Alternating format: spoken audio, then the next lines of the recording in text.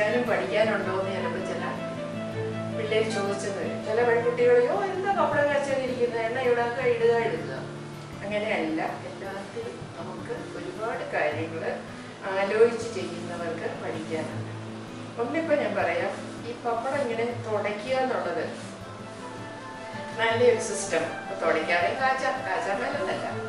കണ്ടോ, ആ വെള്ളപ്പൊടി അരിപ്പൊടി ഇട്ടായിരുന്നു ലാസ്റ്റ്. അപ്പം ഒരൽപ്പം അരിപ്പൊടിയൊക്കെ വിതറിയിട്ട് ആ പൊടി ഇതിലിരുന്നാൽ ആ പൊടി എണ്ണയിലോട്ട് വീണ് കിടക്കും. അത് കരിയും. അത് കരിഞ്ഞു തുടങ്ങുമ്പോൾ ഈ പപ്പടത്തിന് ഒരു കറുത്ത നിറം വരും. അത് ഒഴിവാക്കാനാണ് ഇങ്ങനെ ഞാൻ തുടയ്ക്കുന്നത്. തുടച്ചു വെച്ച പപ്പടം ചൂടായ ചീനച്ചട്ടിയിലേക്ക് വെളിച്ചെണ്ണ ഒഴിക്കുക, അല്ലെങ്കിൽ നിങ്ങൾ ഏത് ഓയിൽ ഉപയോഗിക്കാം.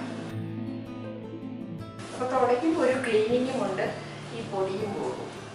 പപ്പടം എല്ലാം തുടച്ചു വെച്ചു. ചീനച്ചട്ടി ചൂടായിട്ടുണ്ട്, അതിലേക്ക് വെളിച്ചെണ്ണ ഒഴിക്കും.